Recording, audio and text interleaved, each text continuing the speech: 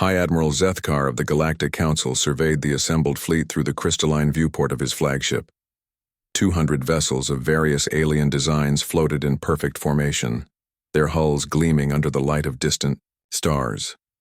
The most advanced warships in known space, crewed by species that had mastered interstellar warfare for millennia, all to deal with one primitive human vessel. Remind me again why we need this display of force. Counselor Vexitani's melodic voice carried the typical Altarian condescension. Her forearms gestured dismissively at the tactical display. The humans have been spacefaring for barely a century. Their technology is crude, their tactics antiquated. Zethkar's mandibles clicked in agreement. The assessment was accurate. When humanity had first petitioned for council membership 3 years ago, their delegation had arrived in ships that still used chemical propulsion. Their weapons were kinetic projectiles and primitive energy beams. Their shields were laughably weak.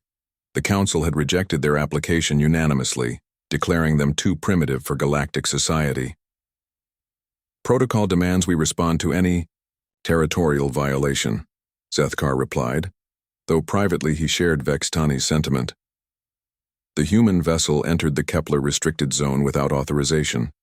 We will escort it back to Sol space and remind Earth why they were denied council membership.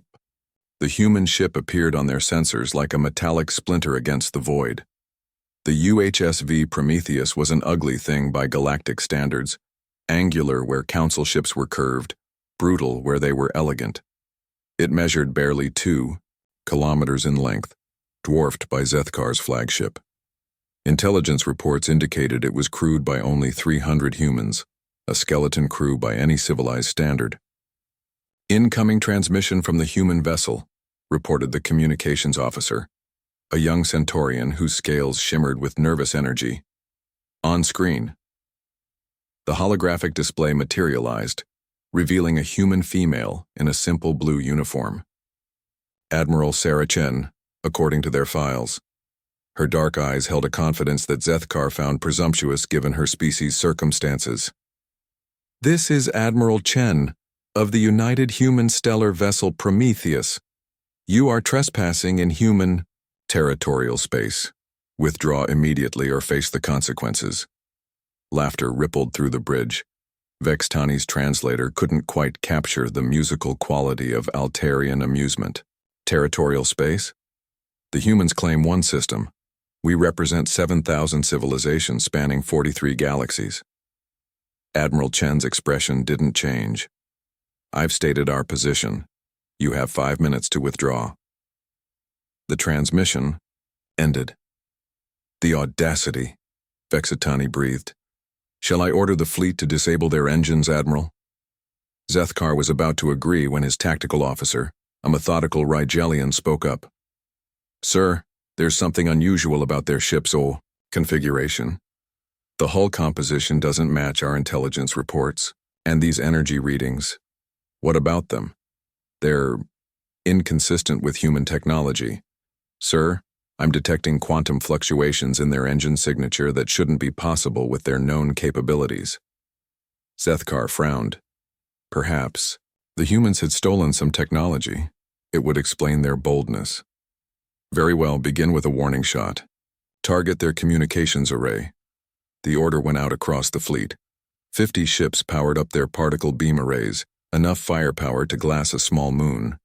The beams lanced out in perfect synchronization, converging on the human vessel. They struck an invisible barrier 50 meters from the Prometheus's hull and simply stopped. The energy dispersed harmlessly into space like water hitting a dam. Impossible, Vextani whispered. The human ship began to move. Not with the crude acceleration of chemical thrust or even the smooth motion of gravitic drives, but with an instantaneous velocity change that violated every law of physics Zethkar knew. One moment it was stationary. The next it was racing, toward the fleet at a significant fraction of light speed. Evasive maneuvers, Zethkar barked. But the human ship was already among them. What followed could barely be called a battle. The Prometheus moved like a living thing, dancing between return fire with impossible grace.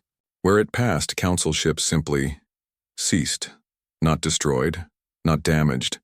They flickered out of existence as if they had never been there at all. How?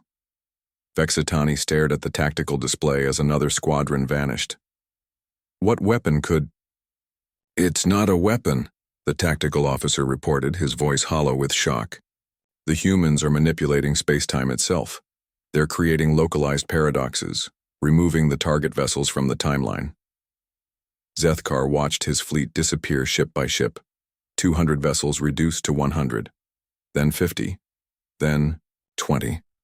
The Prometheus hadn't taken a single hit. Another transmission from Admiral Chen appeared.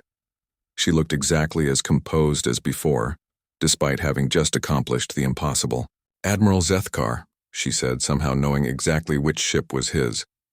I believe we need to discuss humanity's council membership application as equals. How? The word escaped Zethkar's mandibles before he could stop it. Your species was primitive. Stone knives and bearskins 3 years ago.